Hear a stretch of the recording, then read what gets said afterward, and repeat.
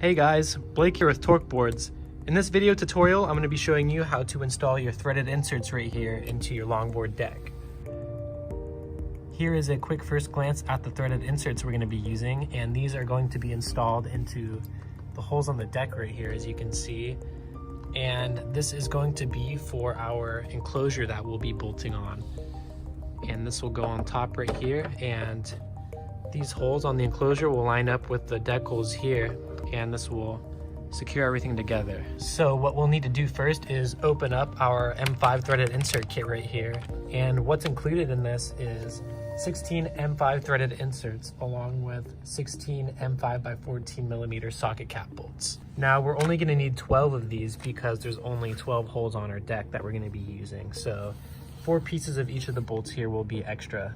Here is the threaded insert kit that we're gonna be using.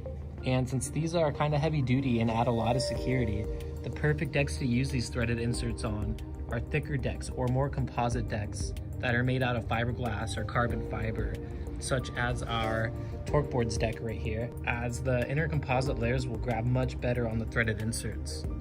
Just for an added precaution when installing these threaded inserts, just to make sure that these won't ever fall out of the holes right here, we use this JB Coldwell adhesive. And after this is all mixed together, we just use a stick or another tool like that to apply some of this around the sides of our M5 threaded inserts right here. And then after that, we'll guide these threaded inserts into the holes right here. And then the adhesive takes about 24 to 48 hours to dry. And after that, your threaded inserts right here will probably never go anywhere again.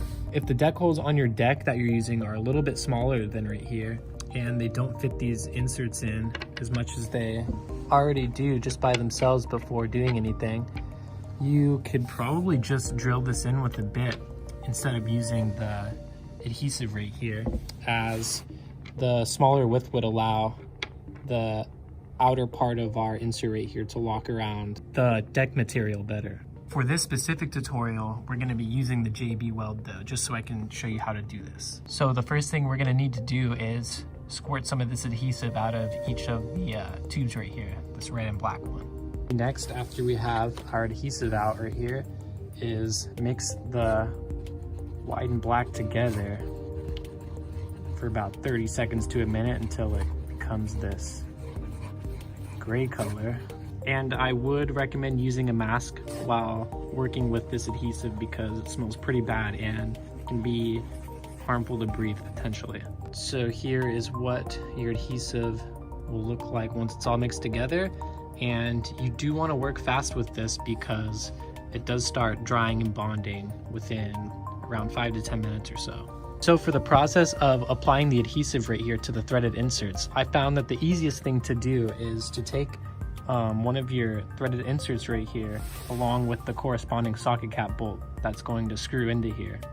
And I want to thread this in a little bit by hand and just use the socket cap bolt right here as a little handle so that I can use the stick or whatever we have right here to coat around the circumference of the insert right here. And this just allows me to spin this around easily without getting my hands all gross with this adhesive. After you get a good amount of the epoxy around here, you just want to use the socket cap bolt again right here as a handle just to plop this down and seat this into the deck hole right here. And then you just want to carefully twist your bolt out of here. Doing the process this way just allows you to do this without creating a mess and getting epoxy all over the place and your hands. For this epoxy around our threaded insert right here dries against the deck before it's fully inserted, we want to take a bit right here, and you can either hand tighten this or drill it, but I find it's easier to drill.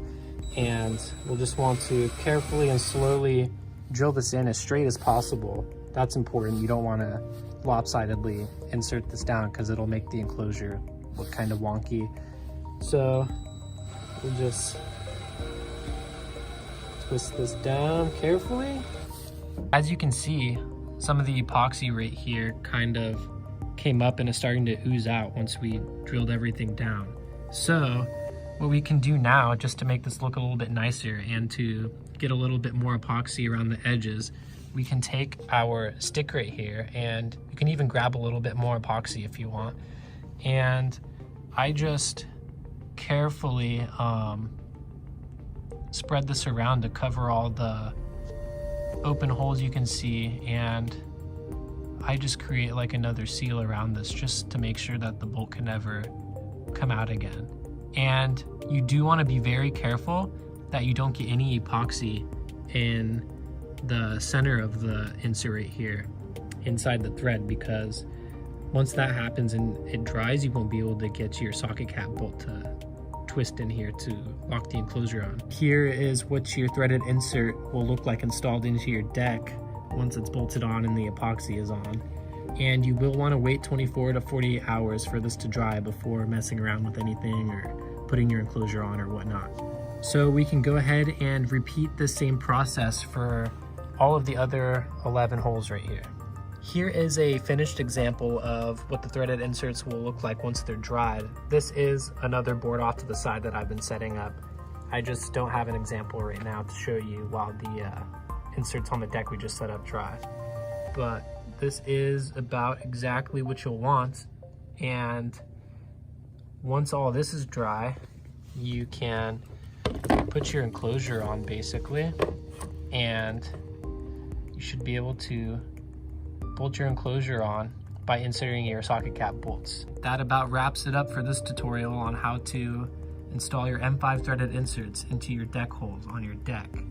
Hopefully you guys found this tutorial useful, and if you have any questions or you'd like to see a specific tutorial coming from us soon, leave a comment down below and don't forget to like and subscribe.